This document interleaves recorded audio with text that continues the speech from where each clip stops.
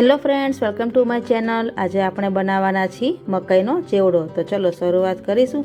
તો સૌપ્રથમ મેં અહીંયા 2 મકાઈના ડોડા લીધેલા છે। મેં અહીંયા અમેરિકન મકાઈ લીધેલી છે। હવે મકાઈ ડોડાને આપણે છીણી લેવાની છે। તો મેં અહીંયા મોટી છીણની છીણી લીધેલી છે। હવે હાથથી સેજ પ્રેસ આપીને આવી રીતની મકાઈ છીણી લેવાની છે। બને ત્યાં સુધી હાથથી સેજ પ્રેસ વધારે કરવાનું, મકાઈ સરસ છીણી જાય છે। તો આવી રીતની બધી મકાઈ છીણી લેશું। અહીંયા મકાઈનો માવો તૈયાર થઈ ગયો છે।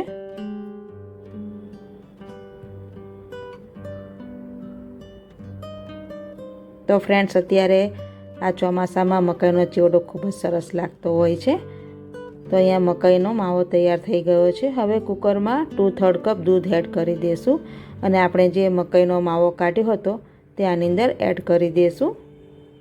બને ત્યાં સુધી મકાઈને દૂધમાં જ બાફવાની છે। દૂધમાં બાફવાથી આનો ટેસ્ટ ખૂબ જ સરસ લાગતો હોય છે।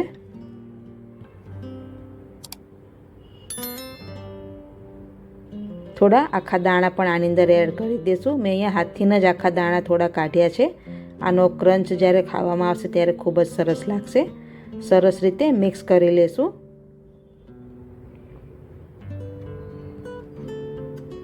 ઢાંકણ ઢાંકીને એક જ વિસલ વગાડવાની છે। તો ફ્રેન્ડ્સ, અહીંયા એક વિસલ વાગી ગઈ છે। ઢાંકણું ખોલી દઈશું।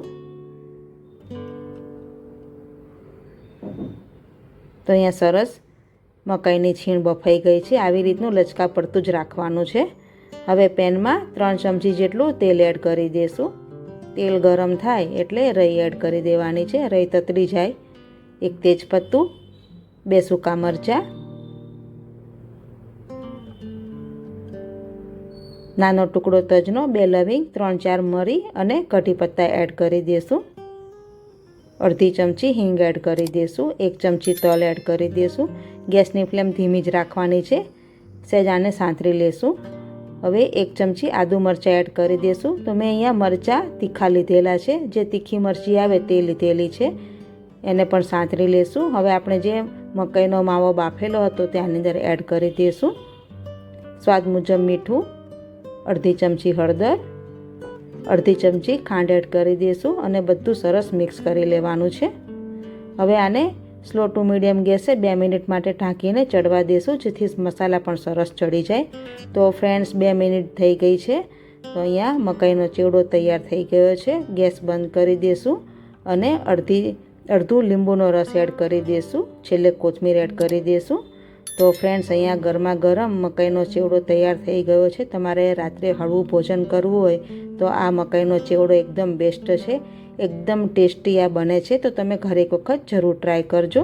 છેલ્લે ઉપર આપણે કોપરાની છીણ એડ કરી દઈશું। તો તૈયાર છે મકાઈનો ચેવડો।